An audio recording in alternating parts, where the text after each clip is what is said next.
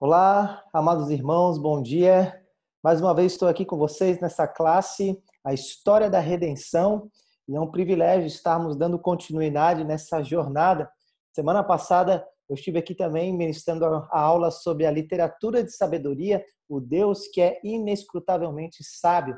E hoje estamos mais uma vez aqui juntos para mais uma aula. Espero que você esteja bem nesse domingo do Dia das Mães. Espero que você tenha feito aí um bom café para sua mãe, ou você que é mãe que está me assistindo. Espero que você tenha tomado um bom café e agora a gente tirar esse tempo para a gente estudar a palavra de Deus, para a gente percorrer a história bíblica. E hoje nós temos um tema aí muito importante, um tema difícil, que é falar sobre os profetas, tá joia? Então, como de costume, já dando seguimento para a gente não enrolar tanto, deixa eu compartilhar com vocês a tela aqui do nosso computador para que a gente possa enxergar de uma maneira melhor.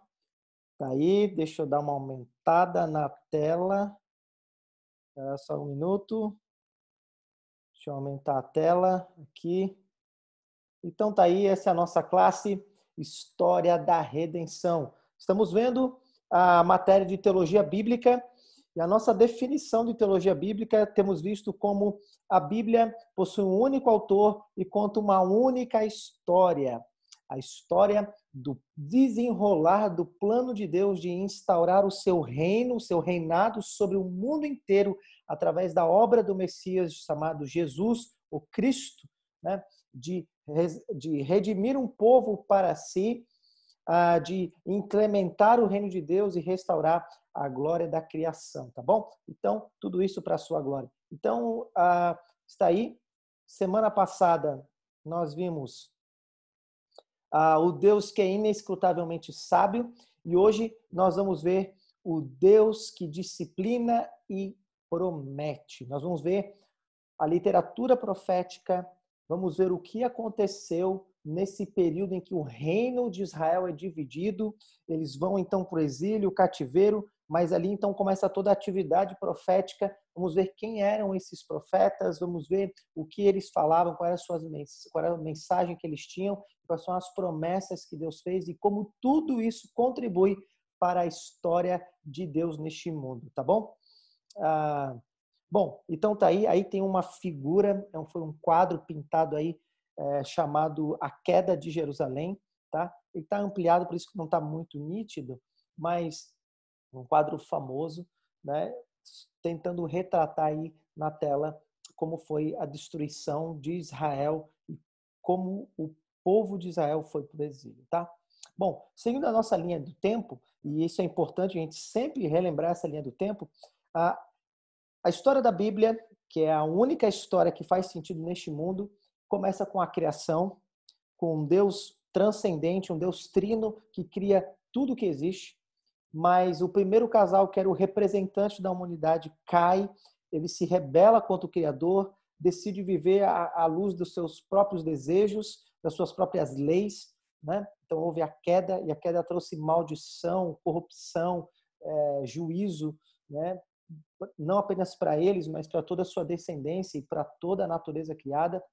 Depois nós vimos o dilúvio, vimos como Deus então traz juízo sobre um período ali de perversidade e salva uma família, a família de Noé. Depois vimos como, depois da Torre de Babel, aquele projeto megalomaníaco, então Deus separa um cananeu, um pagão chamado Abraão, se revela a esse homem, faz promessas para esse homem, e a promessa para esse homem é que dele sairia uma descendência, um povo, uma linhagem que seria o povo de Deus e que a partir desse povo, Deus então abençoaria todas as famílias da terra, porque era por meio desse povo que sairia o descendente da mulher prometido lá na queda, que pisaria a cabeça da serpente e restauraria todo o mundo. Nós vimos que esse povo cresceu e agora o patriarca José, então, está no Egito. Ele morre, o faraó que assume depois de muito tempo não lembra mais de José, não conhece a história de José, e então vê que o povo hebreu é um povo muito grande, começa a oprimir esse povo, e então vem o êxodo, quando Deus levanta Moisés e com mão poderosa liberta o povo, né? a saída, êxodo é isso, a saída do povo do Egito, da libertação da escravidão do Egito. E lá no deserto, Deus se revela a esse povo ainda mais, renova a aliança, estabelece as suas leis, o seu pacto, tá joia? Vemos então a período da conquista, Moisés morre, Josué então assume a liderança desse povo e tem todo o período de guerras militares e Deus dando vitória atrás de vitórias para esse povo. E depois então que Israel está finalmente na terra, vem o período dos juízes, que é um período então de ciclo, né? Um ciclo pecaminoso em que o povo se afasta, idolatra. Deus então levanta povos inimigos que começam a subjugar os israelitas. Então os israelitas se arrependem, clamam a Deus. Deus então levanta um libertador que lidera campanhas militares para libertar o povo, a libertação do povo. Eles passam um período de paz, mas depois volta tudo de novo. E quando então Samuel, o último juiz desse período, está velho, os seus filhos não são piedosos, então a nação de Israel pede um rei, porque eles querem ser liderados e estão se assemelhando às demais nações ao redor. E então veio o período da monarquia. Os três principais reis, Saul, que era um rei conforme o coração do povo, depois vem Davi e depois vem Salomão. E vimos como esse é o período áureo da nação de Israel, um período de prosperidade, de paz, de religiosidade fiel. Não é? Então, nós vimos como foi nesse período que foi escrita a literatura de sabedoria, foi a aula da semana passada. Mas então agora a gente vai ver esses últimos 3 pontos aí, como ocorre a divisão do reino, por que ocorreu. A nação de Israel vai para o exílio, não é? E depois eles têm o retorno do exílio. E o que significa o retorno? E aí, então, é a ponte para o Novo Testamento, para a vinda do grande rei prometido, o profeta profetizado por Moisés, o descendente de Abraão, a semente da mulher, o Filho de Deus que se fez homem para restaurar todo mundo e redimir um povo para si, tá bom? Então é isso. Bom, o reino se divide. O que acontece? Vimos que Salomão chega no seu período áureo. Lembra? Salomão é o rei mais próspero da nação de Israel. Por mais que Davi tinha unificado as 12 tribos de Israel, Salomão conseguiu expandir ainda mais o território de Israel, conseguiu subjugar as nações em volta, e as nações em volta pagavam impostos para Salomão, e isso fez com que o reino de Salomão fosse muito rico. A nação de Israel prosperou financeiramente, politicamente, socialmente nas mãos de Salomão, e ele virou um rei mais poderoso do seu tempo. E ele também era um rei muito sábio, ele tinha muito discernimento, muita sagacidade, muita prudência, muita capacidade de avaliação e de tomada de decisão. Isso faz com que vários reis de todos os cantos do mundo ouvem da fama de Salomão e da nação de Israel e vão até Jerusalém para aprender, ter contato com ele, fazer aliança com ele. E isso faz com que Salomão chegue no auge, né? Mas a partir e o que acontece? Davi queria construir uma casa para Deus, mas Deus disse que ele não iria construir, mas que o filho dele iria construir. Então Salomão constrói esse projeto arquitetônico que ficou conhecido como a grande maravilha do mundo antigo, que era o Templo de Salomão, né? O Templo de Salomão. O Edir Macedo tentou aí copiar, né? Mas o Edir Macedo é um megalomaníaco, né? Um maluco. E a verdade, o templo que Edir Macedo tentou copiar é chamado Segundo Templo, que é o templo que Herodes construiu muito tempo depois, porque esse templo que Salomão tinha feito era muito mais grandioso, muito mais esplendoroso, era uma coisa inimaginável, né? Uma coisa todo de ouro, de madeira, enfim, é uma coisa maravilhosa. Então, ele constrói o templo e chega no auge, até o capítulo 10 de 1 Reis. Só que, a partir do capítulo 11 de 1 Reis, agora, o autor do livro de Reis começa a mostrar a queda de Salomão, né?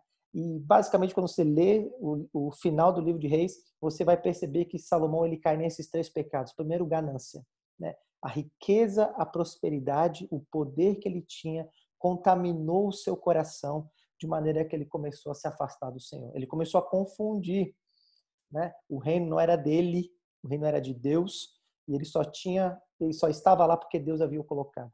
A segunda pecado que contaminou o coração de Salomão foi a luxúria. Diz claramente o texto que ele se apegou a diversas mulheres estrangeiras do Egito, dos amonitas, dos moabitas, enfim, de vários dos filisteus. E Salomão construiu um harém de mulheres, né, tanto de prostitutas quanto de mulheres que ele casava, uma poligamia desenfreada. E isso contaminou o coração de Salomão, porque ele queria agradar suas mulheres em vez de agradar a Deus. Isso fez com que Salomão caísse no terceiro pecado, que era a idolatria. Ele permitiu e construiu altares a outros deuses e permitiu a adoração desses ídolos dentro do território de Israel. Isso foi a sua ruína. Olha o que diz o texto, 1 Reis 11, 6 a 8. Assim, Salomão fez o que era mal aos olhos do Senhor e não perseverou em seguir o Senhor como seu pai, Davi, havia feito. Nesse tempo, Salomão construiu um santuário a Quemos, abominação de Moabe, e a Moloque, abominação dos filhos de Amon. Assim fez para todas as suas mulheres estrangeiras, as quais queimavam incenso e ofereciam sacrifícios aos seus deuses, de maneira muito perversa. E um ponto aqui muito curioso, porque a pergunta que fica, mas pastor, Salomão não era o homem mais sábio do mundo? Sim, era o homem mais sábio do mundo. Mas lembra como é que começa o livro de Provérbios que ele mesmo escreveu? O princípio da sabedoria, né? O fundamento, a fonte da sabedoria é o quê?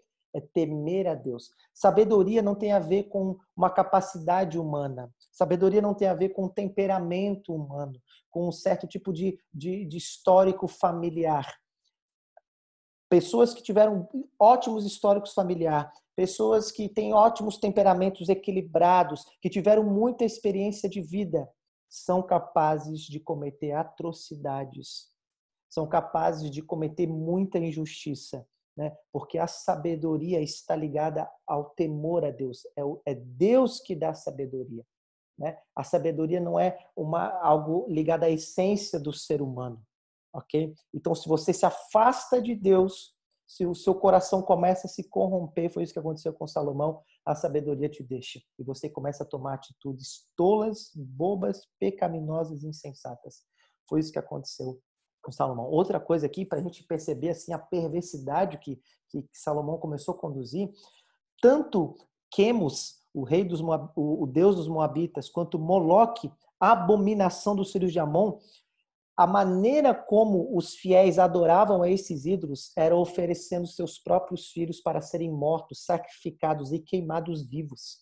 E Salomão estava permitindo isso dentro do território de Israel, essa atrocidade, né? Tão somente porque seu coração se vangloriou, né? Ele achou que ele era demais, né? E queria agradar as mulheres em vez de agradar a Deus, né? E seu coração se embruteceu, né? A soberba, ele esqueceu de um provérbio que ele mesmo escreveu. A soberba precede a ruína. Quando você vê uma pessoa que caiu, você pode ter certeza que a soberba tomou o coração dela primeiro. E a altivez do espírito, o espírito altivo, que acha que é maior do que todos, né, precede a queda. Esse é um provérbio famoso que, infelizmente, Salomão caiu. Tá bom? Olha, o que acontece, então, quando Deus olha para Salomão e diz, pelo que o Senhor se indignou contra Salomão, pois desviaram o seu coração do Senhor, Deus de Israel, que 2 vezes lhe aparecera. E acerca disso lhe tinha ordenado que não seguisse a outros deuses. Ele, porém, não guardou o que o Senhor lhe ordenara. Por isso disse o Senhor a Salomão, visto que assim procedeste e não guardaste a minha aliança, nem os meus estatutos que eu te mandei, tirarei de ti este reino e darei a teu servo. Contudo, não farei nos teus dias, por amor de Davi teu pai, da mão de teu filho o tirarei. Todavia, não tirarei o reino todo, darei uma tribo a teu filho, por amor de Davi, meu servo, e por amor de Jerusalém, que escolhi. Então, quando Deus vê isso, a paciência de Deus se esgota com Salomão, e Deus fala, eu vou tirar o reino das suas mãos e vou dar ao servo, mas não vou tirar totalmente, vou dar uma tribo ainda para a descendência de Davi, por amor a Davi e para as promessas que eu fiz, por cumprimento das promessas que eu fiz do Davi. Nós sabemos que soberanamente Deus está querendo preservar a linhagem aí que vai sair o Messias, né? O próprio livro de Mateus, vamos ver semana que vem, Mateus quer conectar o nascimento de Jesus com a linhagem davídica, né? É isso que ele quer mostrar, porque Deus ainda preservou aí o reino por amor a Davi e as promessas que ele tinha feito, tá? Então, o que que acontece, tá? Quando Deus tira o reino de Salomão? Ele promete que daria um homem chamado Jeroboão, né? E o filho de Salomão, chamado Roboão, também assume. O filho de Salomão assume o reino e Salomão morre. A nação já está bem cansada de todos os impostos e do cansaço que foi construir o templo. E Roboão, então, vai ouvir os anciãos, os conselheiros do seu pai Salomão, que são velhos. E os conselheiros falam, olha, Roboão, não pesa a mão sobre esse povo, tá? Por conta que ele já está cansado, ele não aguenta mais. Então, alivia, serve a esse povo e eles vão te servir. Mas diz o texto, de maneira muito curiosa, que Roboão não escutou os anciãos, conselheiros do seu pai. Ele foi escutar os seus amigos, né? Que a playboyzada, a rapaziada ali que cresceu junto com ele ali na corte, né? O pessoal da elite, os playboys que sempre andavam de carro do ano, que tinham as melhores roupas, que frequentavam as melhores baladas da época do reino e tal, que viajavam para o mundo inteiro. Ele botou essa gurizada, a rapaziada amiga dele, para ser conselheiro e escutou os amigos. E os amigos disseram, nada disso, esses velhos não sabem de nada. Sabe o que você tem que fazer? Mostra que tipo de rei que tu é, pesa a mão ainda mais em cima deles para eles te respeitarem. Eles ouviram Maquiavel, né? Maquiavel vai escrever o famoso Príncipe, né? Que mostra isso. O que importa é você manter o seu poder e não importa o que você tenha que fazer. Essa foi o conselho de Maquiavel, o resumo aí, né? Para um principado da Itália, de Florença, né? Os Médicis. E isso que acontece. E daí o povo se revolta. E, na verdade, o texto é até bem assim. A Bíblia é muito sutil, mas a tradução no original é como se Roboão tivesse falado nos termos assim de estupro, que se o pai dele se Salomão havia molestado, né, abusado, assim, você molestado os israelitas, ele iria estuprá-los e humilhá-los. É isso que Roboão fala numa assembleia solene. Então, as 10 tribos se juntam com Jeroboão, rompe, né? E fica com Jeroboão, isso ficou conhecido como o Reino do Norte, também chamado de Israel, é ali o que está ali no mapa em azul. Eles se dividem e não querem Roboão como rei, e então vão lá e condecoram Jeroboão como rei de Israel, das tribos do norte, as 10. E Roboão tem que fugir, porque senão eles vão matar Roboão, e Roboão fica com as 2 tribos que sobraram, tá bom? Que é Judá e Benjamim, só que elas se uniram e ficou praticamente uma única tribo, tá? Ficou conhecido como o Reino do Sul, o Reino de Judá, que é a parte amarela ali do mapa. E então o que acontece? O reino é dividido, tá? A glória da nação de Israel começa a esvanecer e a partir desse momento começa o período dos reis, que é ladeira abaixo, tá? Que é um período pior, talvez, que o período dos juízes, tá? Se o período dos juízes era ruim, esse período é horrível, é terrível. Tá bom? E sucede aí vários reis, tanto do norte quanto do sul, um vai sucedendo o outro, um pior do que o outro. Os reis, eles eram avaliados, quando você lê o finalzinho de Primeira Reis e o livro de Segunda Reis, os reis são avaliados conforme a vida de Davi. Então diz, o rei tal fez aquilo que era mal aos olhos do Senhor, seguindo fulano de tal e não seguindo o rei Davi. Porque Davi era o modelo de rei para a nação de Israel, né? E por isso que o autor de Reis tá julgando como que esses reis lideraram a nação conforme o padrão de Davi. Na sua maioria, outro aspecto, eles foram idólatras, tá? O que acontece é que eles seguem o caminho de Salomão, abrindo as portas para vários tipos de divindades, vários tipos de práticas perversas, um atrás do outro, um pior do que o outro, tá? E fazendo todo tipo de perversidade, abandonando os 10 mandamentos, abandonando a lei de Levítico, de Deuteronômio, abandonando todos os preceitos do Senhor, abandonando toda a literatura de sabedoria que Davi e Salomão tinham escrito. Tudo isso fica para trás, tá bom? E a nação de Israel parece que começa a se paganizar. Porque, por um lado, eles ainda mantêm a adoração a Yahvé, mantêm o templo, a atividade no templo, só que é como se fosse um mero costume. O que aconteceu a religião de Israel nesse período é o que vai acontecer logo depois com o cristianismo na Europa, nos Estados Unidos, até mesmo aqui do Brasil, com as suas vertentes.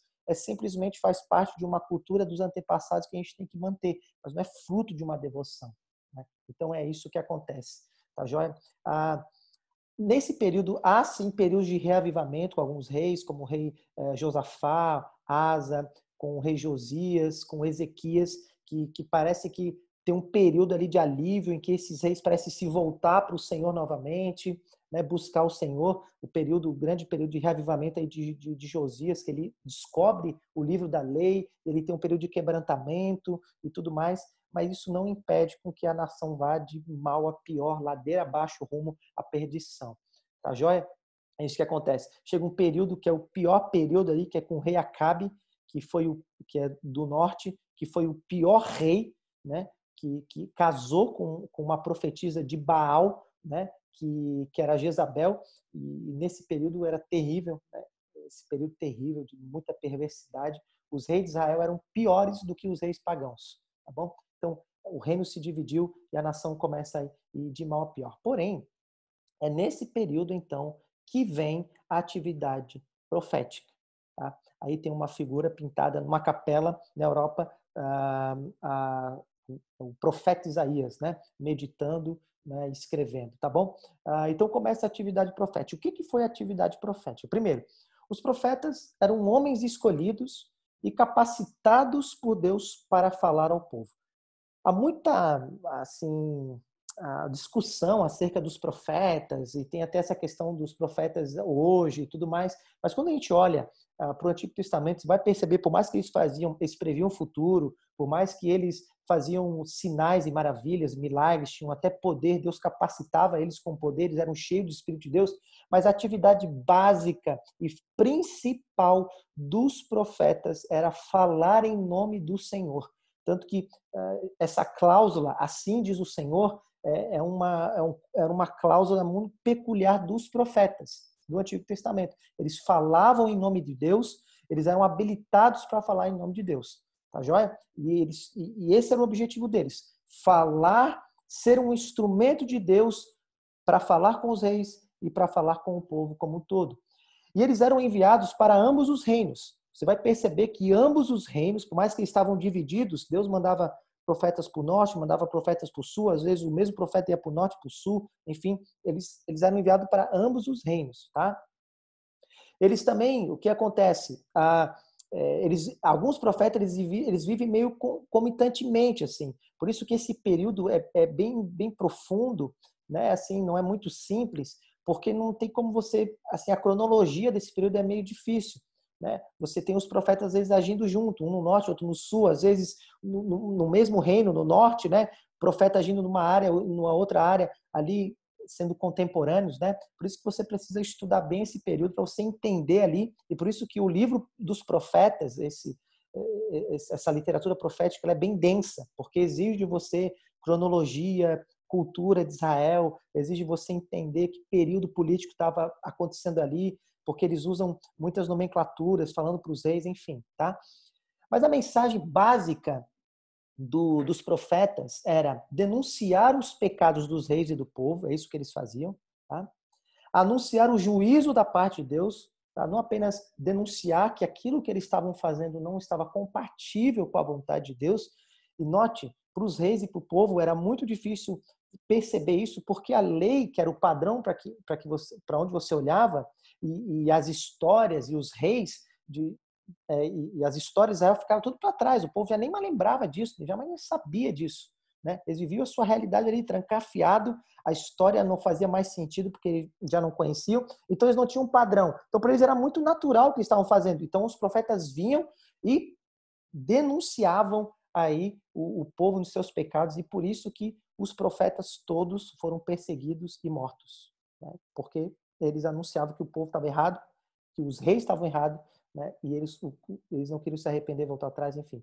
Então eles anunciavam o juízo da parte de Deus também, que Deus ia punir, disciplinar, corrigir, Deus não ia deixar barato, e Deus ia cumprir as maldições da aliança que ele já tinha dito lá em Deuteronômio para Moisés, antes do povo entrar na terra prometida, né? Que dizendo, olha, se vocês cumprirem a aliança, vocês vão ter bênçãos, mas se vocês não cumprirem, Deuteronômio 28 lá, olha, isso aqui vai acontecer com vocês. Isso, e para finalizar, eu vou expulsar vocês da terra. Então os profetas resgatavam isso, mas também os profetas também proclamavam a grande restauração prometida desde os tempos passados. Deus é fiel, Deus também é soberano, tá? E Deus também é poderoso e ele vai sim cumprir aquilo que ele prometeu para Eva lá atrás, de que o descendente da mulher iria de fato pisar na cabeça da serpente, de que o descendente de Abraão iria sim constituir um povo que seria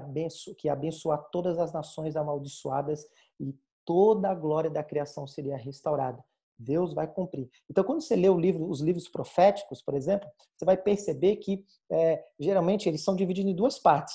A primeira parte, que nós chamamos de oráculos, que é o quê? Que é o período de anúncio, de juízo, mas da metade do livro para o final é o período de esperança, de renovação da aliança, período de profecias esperançosas acerca daquilo que Deus está fazendo, mesmo diante do horror do que a nação está vivendo, mesmo que a nação vai ser expulsa da terra, tá bom? Deus já começa a profetizar ali e prometer a restauração.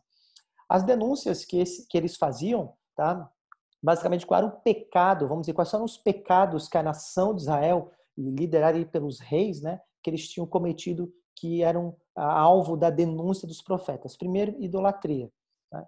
Esse é o grande pecado da nação de Israel. Né? Você vê ali com Salomão, esse foi o grande tropeço dele. E a nação de Israel continua nessa prática, né, de geração após geração, nesse período todo. A idolatria é algo abominável aos olhos de Deus. Na verdade, é ferir o primeiro mandamento: não terás outros deuses além de mim. Eu sou o Senhor zeloso que te tirei da terra do Egito. Né? E a nação de Israel abandonou Yahvé e começou a buscar outros deuses. Mas também desobediência aos mandamentos da aliança. Né? Lembra? A nação de Israel Deus deu leis para eles, mandamentos que distinguia eles dos demais povos. E o estilo de vida deles deveria ser um estilo de vida que impressionasse as nações ao redor. E as nações ao redor olhassem para o estilo de vida, iriam olhar para o estilo de vida dos israelitas e iam ficar admirados e seriam atraídos para abandonar os seus ídolos e buscar o Deus de Israel. Mas eles abandonaram também os mandamentos da aliança, né, os preceitos e tudo mais, e passaram a ter as mesmas práticas do povo ao redor, tá bom? Mas a terceira denúncia de pecado que os profetas denunciavam, eles faziam alianças espúrias com outras nações. Né? Começam então, o cenário político mundial começa a mudar e vários reinos poderosos começam a se levantar. Síria, depois a Síria, né? E depois a Babilônia, né? Começam então a querer dominar o mundo. Né? Aquele projeto lá de Babel parece que volta. Né? Uma nação quer ser maior, quer dominar o mundo inteiro. E até hoje a gente vê isso, né? Até hoje, né? Esse projeto megalomaníaco dos presidentes, dos tiranos das nações, até mesmo contemporâneas, de criar assim, uma unidade política debaixo de um único governo, né? Dominar o mercado capital, dominar o mundo por meio de arma, por meio de tecnologia, enfim, até hoje a gente vê isso estava acontecendo. Mas Deus estava por trás disso tudo, levantando essas nações para ver se os israelitas se arrependiam. Mas o que os israelitas faziam? Em vez de eles se voltarem para Deus para buscar refúgio contra essas nações poderosas, eles se alinhavam com outras pequenas nações ali em volta, Egito, Síria, os moabitas, faziam alianças espúrias, achando que se eles se unissem ali, eles iam conseguir brecar, né, a avalanche desses povos que estavam vindo. E os profetas anunciavam dizendo: olha, vocês estão errados, vocês têm que se voltar para o Senhor, vocês têm que se arrepender e renovar a aliança com Deus. Então Deus vai proteger vocês.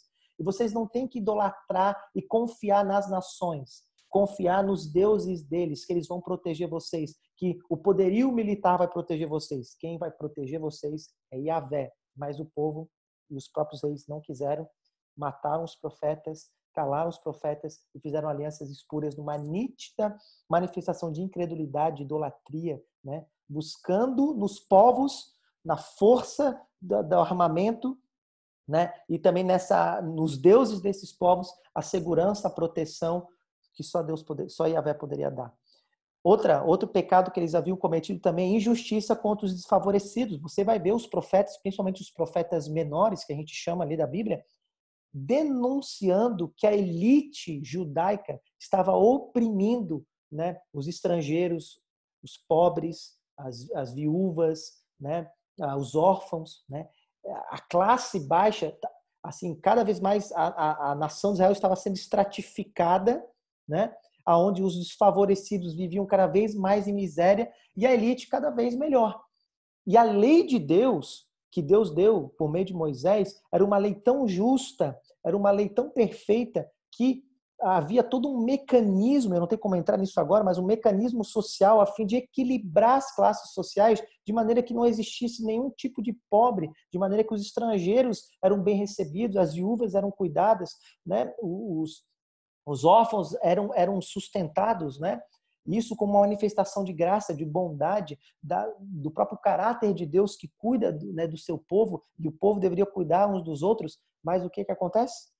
Eles, né, a elite, promove injustiça atrás de injustiça. Né? Ali os profetas vão chamar a elite judaica de vacas de Bazã, né? Que eram vacas que eram alimentadas, muito alimentadas para ficarem gordas, para ir para o abate, para ter mais carne. Né? Vai dizer, é isso que Deus vai fazer com vocês. Deus vai deixar vocês se alimentar, mas ele vai vir e vai pesar a mão sobre vocês. E por fim, ganância e perversidade da elite judaica.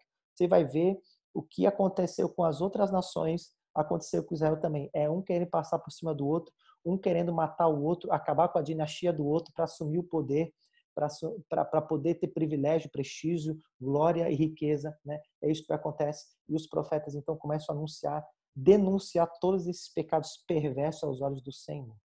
Tá bom? Olha o que diz o anúncio de juízo. O Senhor advertiu a Israel e a Judá por intermédio de todos os profetas e de todos os videntes, dizendo: voltai-vos dos vossos maus caminhos e guardai os meus mandamentos e os meus estatutos, segundo toda a lei que prescrevi a vossos pais e que vos enviei por intermédio dos meus servos, os profetas.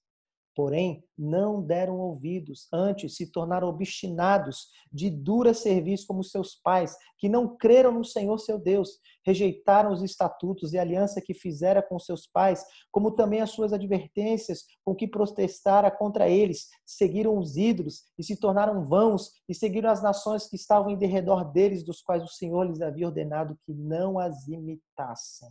Tá bom? O livro de Reis vai para sua conclusão para dizer, olha, é isso que estava acontecendo com a nação de Israel. Eles não ouviram e Deus então agora vai mandar juízo sobre eles. E Deus agora vai então de maneira muito terrível destruí-los, tá bom? E o que acontece? Durante esse período tem a classificação dos profetas, tá? E nós podemos dividir os profetas basicamente em profetas não escritores e profetas escritores. Quem são os profetas não escritores? Foram profetas que não escreveram os livros, mas que tiveram grande atividade durante o período dos reis. Tá bom? Quando você lê Primeira Reis, final de Primeira Reis e Segunda Reis, você vai perceber que ali vão aparecer vários tipos de profetas, alguns até mesmo a Bíblia nem diz o nome deles, tá bom? E esses profetas que aparecem ali, eles não escreveram livro nenhum, como por exemplo Elias, não escreveu no livro algum, Eliseu, Aías, Micaías e outros, né?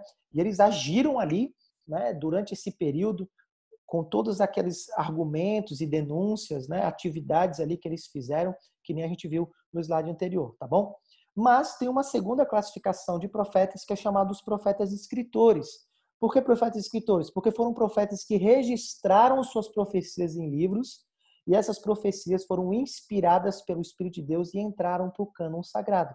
E estão ali, né, a partir ali no livro de Cantares, começa então, vai de Isaías até Malaquias, esses são os profetas escritores. E como eles podem ser classificados? Há diversas maneiras de classificar eles, como profetas maiores, né?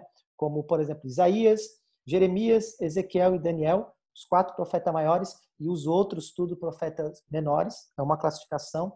Outra classificação pode ser os profetas do sul e do norte, também, só que como eu falei, essa classificação aqui é um pouco mais difícil, porque às vezes um profeta tanto profetizou quanto para o sul, quanto para o norte, tá bom? Mas uma terceira tipo de subclassificação aí dos profetas e escritores é que dá para classificar eles como antes do exílio, tá? Os profetas que vieram antes do exílio, os profetas durante o exílio e os profetas depois do exílio. Também pode classificar, tá bom? Por exemplo, você tem, por exemplo, Isaías, ele profetizou antes, durante e depois. Não no sentido de que ele profetizou, ele passou por esses períodos, mas a profecia de Isaías ela abarca todo esse período. Por exemplo, mas você tem, por exemplo, Jeremias, que ele tá antes do período do exílio, mas ele experimenta a destruição de Israel e ele também profetiza para o povo que estava no exílio.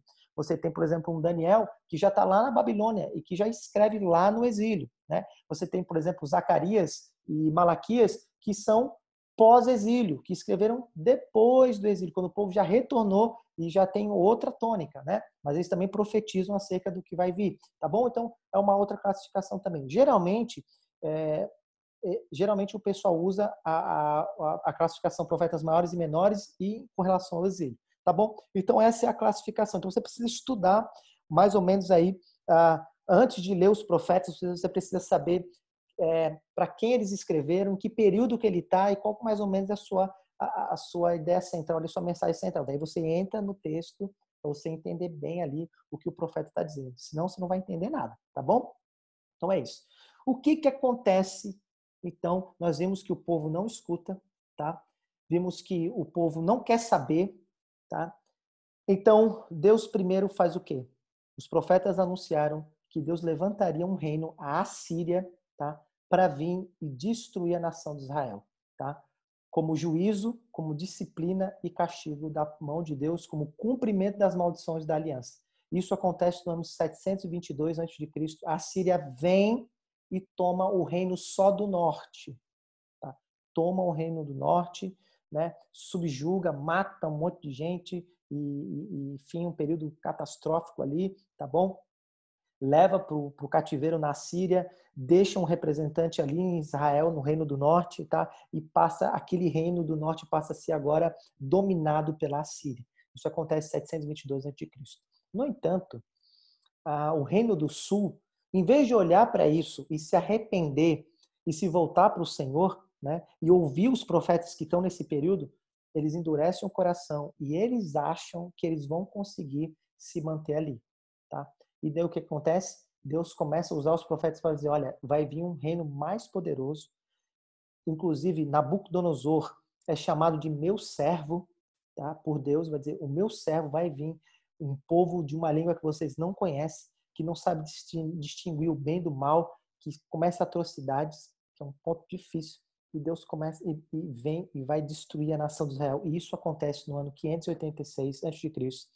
A Babilônia surge como uma grande potência mundial, consegue vencer a Síria, então Nabucodonosor, com o seu exército, começa a marchar em direção a Jerusalém, em direção ao Oriente Médio, porque ali é uma rota comercial estratégica para domínio do mundo, até hoje, né? Lá. Por isso que nunca teve paz naquele lugar. Então, começa a marchar. E o que acontece? Aí tem uma foto do exílio, né? Quando Nabucodonosor destrói. A primeira coisa que acontece é o cerco de Nabucodonosor. Isso é uma coisa assim terrível que acontece na história de Israel. O cerco de Nabucodonosor. O que acontece? Nabucodonosor vai lá, cerca Jerusalém. Ele começa a destruir já as outras regiões do Reino do Sul e vai dar em Jerusalém, que é a capital. E ele cerca a capital, Jerusalém, que era uma cidade sitiada, murada. Ele tranca todas as entradas de abastecimento, tá? E ele começa a anunciar mensageiros e dizer, olha, se arrependam, se entreguem, senão eu vou entrar e eu vou destruir tudo. Se vocês se entregarem, vai ser melhor para vocês.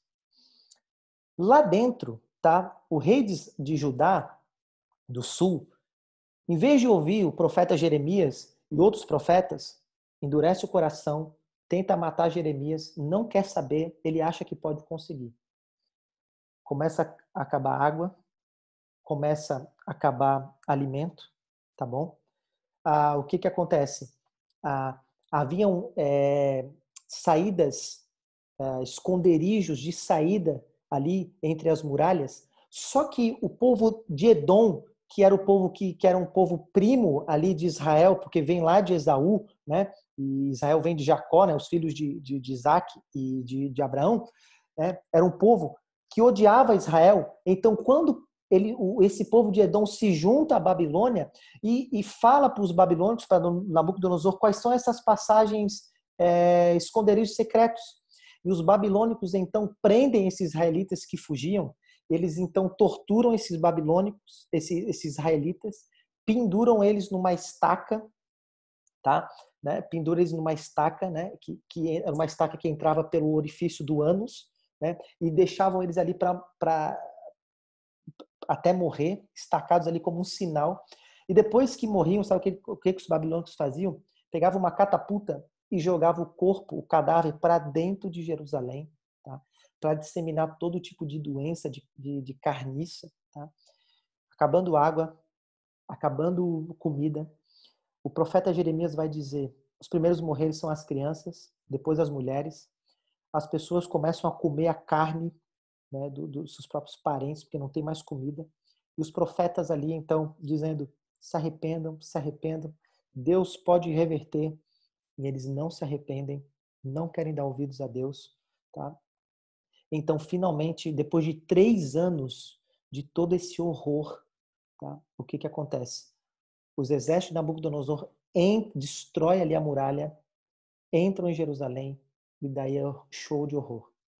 Estupram as mulheres que sobraram, matam os homens até todo mundo se render de maneira brutal, destrói o templo, roubam, saqueiam o templo, destrói as casas, quebram toda a cidade, destrói os muros, quebram tudo, destrói tudo, tá bom?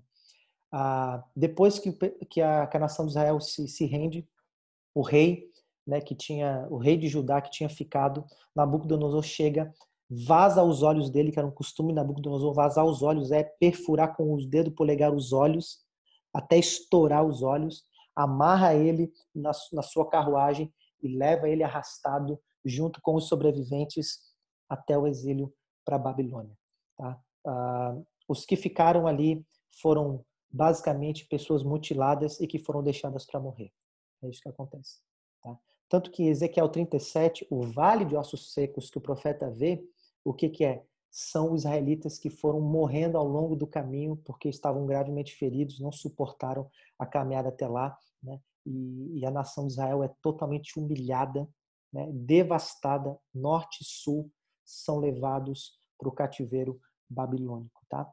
O exílio dos babilônicos, né, do Reino do Sul, acontece em 3 etapas. Primeiro vai a elite judaica, depois a segunda leva é a classe sacerdotal e por último, né, que é quando só sobram os sobreviventes ali e que eles levam um show de horror. Olha o que o salmista diz. Aí tem uma foto famosa da destruição de Jerusalém, né? Até tem um candelabro ali sendo roubado. Olha o que o salmista, como ele escreve a tristeza, assim, o horror que eles experimentaram nesse momento. Às margens dos rios da Babilônia, nós nos assentávamos e chorávamos, lembrando-nos de Sião. Nos salgueiros que lá havia, pendurávamos as nossas harpas, pois aqueles que nos levaram cativos nos pediam canções, e os nossos opressores, que fôssemos alegres. Eles pediam que nós nos alegrássemos e diziam: entoa-nos algum dos cânticos de Sião, de Israel. Mas o salmista diz: como, porém, haveríamos de entoar o canto do Senhor em terra estranha? O horror, o lamento de ver a glória de um reino sendo destruída por idolatria, dureza, né? E de maneira tão brutal, Deus pesou a mão sobre esse povo, né? E isso ficou marcado na história até hoje, tá joia? Aí tem uma pintura de Rembrandt do profeta Jeremias. O profeta Jeremias viu todo esse show de horror aí e ele escreveu um livro inteiro chamado As Lamentações de Jeremias, um livro muito melancólico, tá bom? Nesse livro ele diz que as mães comiam os seus próprios filhos, né, porque não tinha mais como sobreviver. E é nesse texto que tem essa famosa declaração: lembra-te da minha aflição e do meu pranto, do absinto e do veneno. Minha alma continuamente os recorda e se abate dentro de mim. Ele ficava horrorizado sempre quando lembrava aquilo que ele viu com seus próprios olhos. Quero trazer à memória o que me pode dar esperança. Né? A gente usa essa frase aí né, assim, em coisas tão banais, mas essa frase foi dita num momento de muito horror, talvez o pior momento aí da nação de Israel. Eu estou num momento de tão angústia, de tanto sofrimento, que eu quero trazer à memória aquilo que me dá esperança. As misericórdias do Senhor são a causa de não sermos consumidos, porque as suas misericórdias não têm fim, renovam-se a cada manhã. Grande é a tua fidelidade. A minha porção é o Senhor, diz a minha alma, portanto, esperarei nele. A gente fala isso, né? A gente acorda pela manhã, a gente tem casa, a gente tem trabalho, a gente tem comida, saúde, a gente acorda pela manhã, vê o sol batendo na janela, as misericórdias do Senhor se renovaram nesta manhã, né? Suas misericórdias não têm fim, por isso é a razão de não sermos consumidos. Mas não é isso que o texto está dizendo. O texto está dizendo que é num período de horror como esse, de você ver tudo destruído, cadáver em cima de cadáver, pessoas que você amava mortas ou foram levadas embora. Ele olha para aquilo tudo e diz, olha, poderia ainda ser pior. A razão de que se ainda há vida aqui, se alguma coisa respirando aqui nesse horror aqui, é porque as misericórdias do Senhor se renovaram. É a causa de não sermos consumidos completamente. Esse é o texto de Lamentações, terrível, né? Isso que aconteceu. Mas, quando você vê os profetas, você vai ver que não apenas juízo. Por mais que houve juízo, tá? Ainda os profetas ainda declaram várias promessas de restauração desse povo, porque Deus é fiel, Deus ainda é gracioso e Deus é todo poderoso para cumprir tudo que ele havia prometido. Eu quero que você entenda que esse período não está desconectado de tudo que a gente viu anterior, tá? É o plano de Deus de instaurar o seu reino e restaurar tudo por meio do Messias que está se desenrolando, tá bom? Então, mesmo em meio aos horrores do exílio, os profetas acenderam a esperança, né? Voltaram a fazer queimar no coração a esperança no coração do povo de Deus, de que Deus ainda continuava sendo Deus. Um dos textos mais lindos aí, né, de profecias, né, do profeta Jeremias. Eu é que sei que pensamento que tenho sobre vós, pensamentos não de mal, mas pensamentos de paz, para vos dar o fim que desejais. Né? Eu sou fiel, por mais que teve esse período, né, eu ainda vou cumprir as promessas que eu fiz a Davi, a Moisés, a Abraão e a Adão e Eva. Eu vou cumprir essas promessas, tá bom? Mas o anúncio do juízo e do cativeiro foi mesclado com a promessa do incrível retorno para a terra prometida aos patriarcas. Lembra que eu falei que geralmente o livro dos profetas são duas partes, período de juízo, oráculos, e um período de restauração, de promessa, de esperança.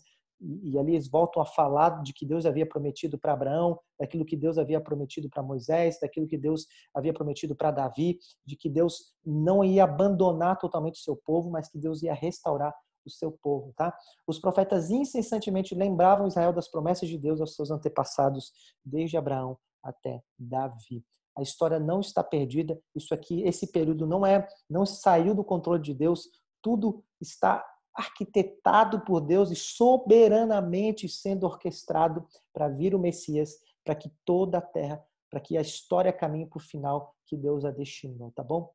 Essas promessas do passado e as esperanças dos últimos dias ofereciam a perspectiva de um futuro glorioso. Essa junção, né? As promessas do passado e a esperança do que Deus ainda traria por vir, trazia uma perspectiva para os israelitas, mesmo no exílio, de um futuro glorioso. Tá bom? Olha duas promessas, né? Aí, como diz o promessa de restauração. Jeremias, portanto, eis que vem dias, diz o Senhor, em quem nunca mais se dirá tão certo como o Senhor que fez subir os filhos de Israel do Egito, mas tão certo como vive o Senhor que fez os israelitas subir da terra do norte, de todas as terras para onde os tinha lançado. Olha só o que diz o profeta Jeremias. Deus falando para o profeta Jeremias, a nação que está no exílio. Pois eu os farei voltar para a sua terra que dei a seus pais. Deus prometeu que faria isso. Isaías 11, naquele dia o Senhor tornará a estender a mão para resgatar o restante do seu povo que for deixado da Síria, do Egito, de Patros, da Etiópia, de Elão, de Sinare, de Amate e das terras do mar. Levantará um estandarte para as nações, ajuntará os desterrados de Israel e os dispersos de Judá e recolherá desde os quatro confins da terra. Promessas de restauração também nesse período Deus começa então. E quais são essas promessas? Se a gente pudesse resumir todas as profecias aí desse período, as promessas dos profetas, Deus usando esses profetas, como a gente poderia resumir? Primeiro, os profetas começam a anunciar a chegada de um futuro rei, semelhante a Davi, da descendência de Davi, o verdadeiro descendente de Davi, que seria o Messias, tá bom? Esse seria o Messias de Israel. E o que ele faria? Ele seria enviado por Deus. A palavra Messias significa o escolhido, né? O correspondente grego, Christos, tá bom? Deus prometeu que um rei da descendência de Davi, cujo trono seria eterno, né, que subjugaria todas as nações e que de fato instauraria o domínio de Deus sobre todo o mundo, viria. Né? Essa a esperança messiânica. Né? É isso que os profetas começam a falar, tá bom? Mas, o que mais eles começam a falar? O estabelecimento de uma nova aliança. Deus começa a falar que ele vai estabelecer uma nova aliança com o seu povo. Né? Essa é uma expressão muito conhecida dos cristãos, né? A nova aliança.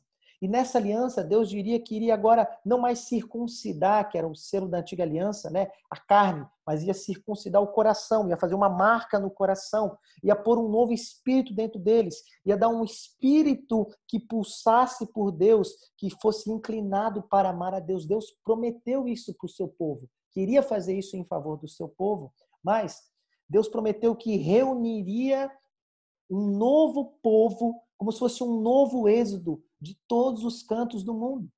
Né? Olha aí. Né?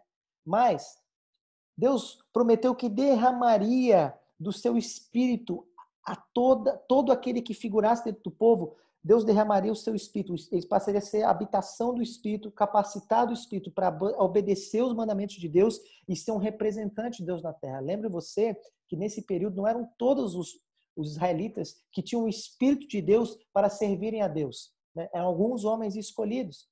Mas agora Deus promete que todos seriam sacerdotes. Né? Lembra que dentro da nação de Israel, somente a tribo de Levi foi escolhida para servir a Deus e para serem sacerdotes e sair dali o sumo sacerdote. Mas agora todo o povo seria um povo sacerdotal, seria uma nação de sacerdotes reais, né?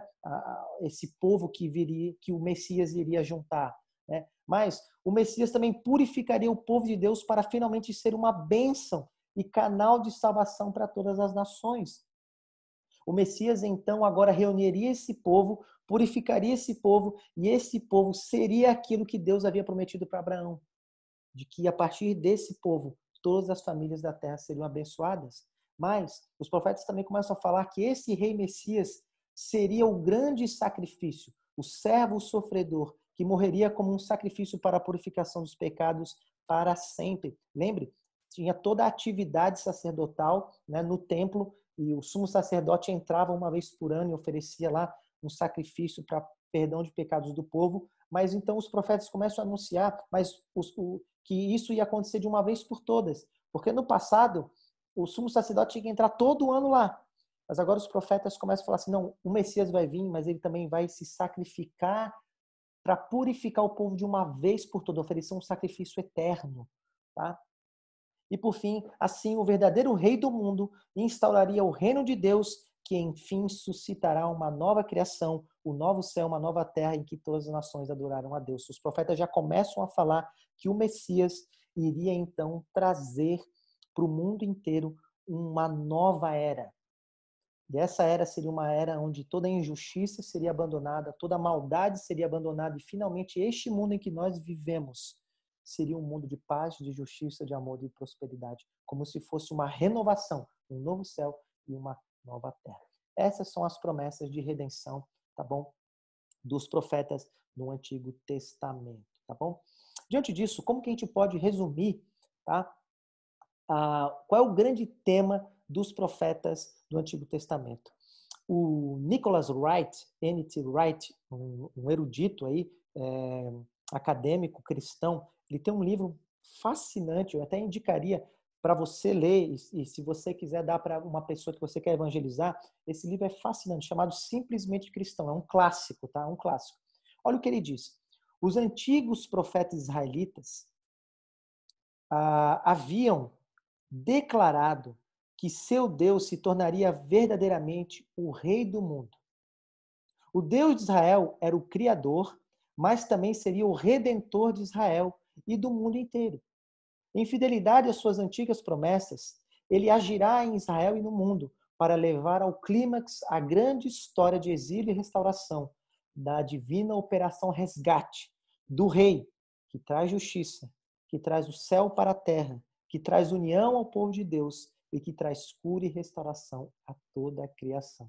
Perfeito o resumo do Wright aqui, do N.T. Wright aqui, sobre a atividade profética. O que os profetas anunciaram? É isso que eles anunciaram, tá bom? O rei que viria como um clímax da operação resgate de Deus, de resgatar o mundo, que traria justiça finalmente para a terra, que traria o céu para a terra, onde o povo voltasse a se encontrar com Deus, unir o povo de Deus num único organismo, tá bom?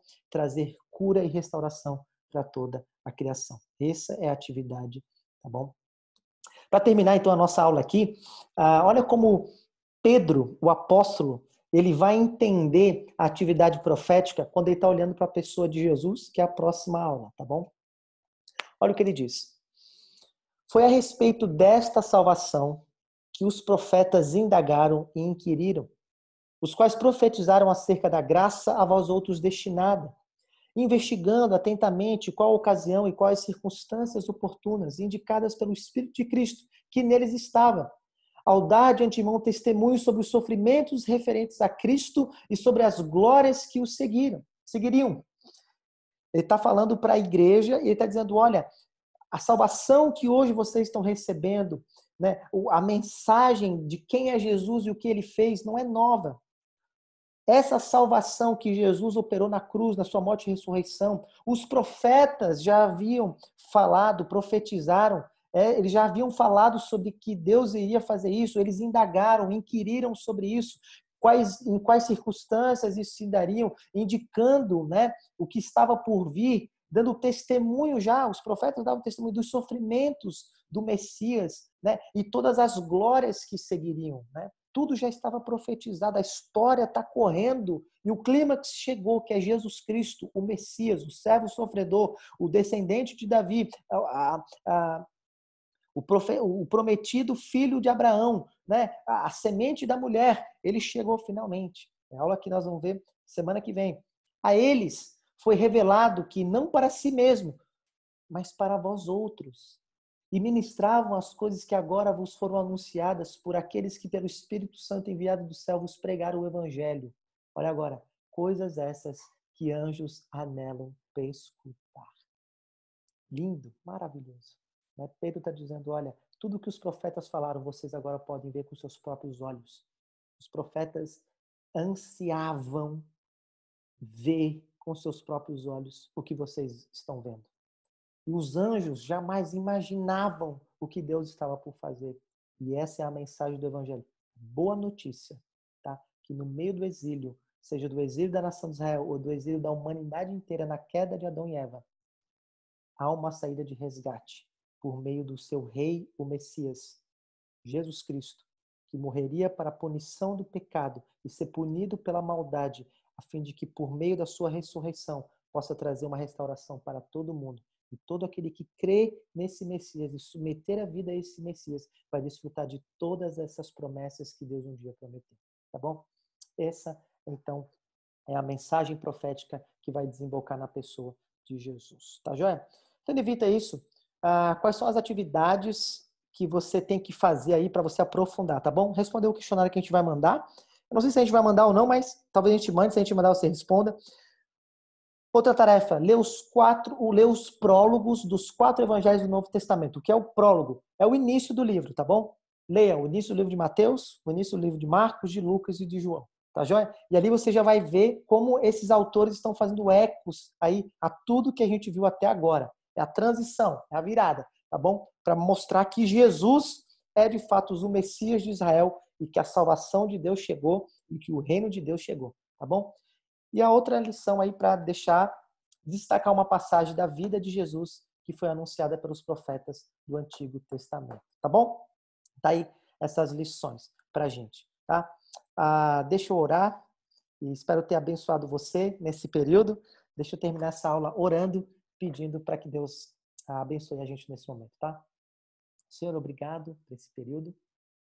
Obrigado pela tua palavra. Temos essa oportunidade. Te peço que o Senhor traga no nosso coração a certeza, a convicção e o deslumbramento de percebermos a grandeza de quem Cristo é, Jesus, e tudo o que Ele fez. Ajuda-nos. Te pedimos em nome de Jesus. Amém. Amém, amado irmão. Vai na paz do Senhor. Um bom domingo, uma boa semana. E você que é mãe, feliz Dia das Mães. Deus te abençoe grandemente. Abraço, até mais. Tchau, tchau.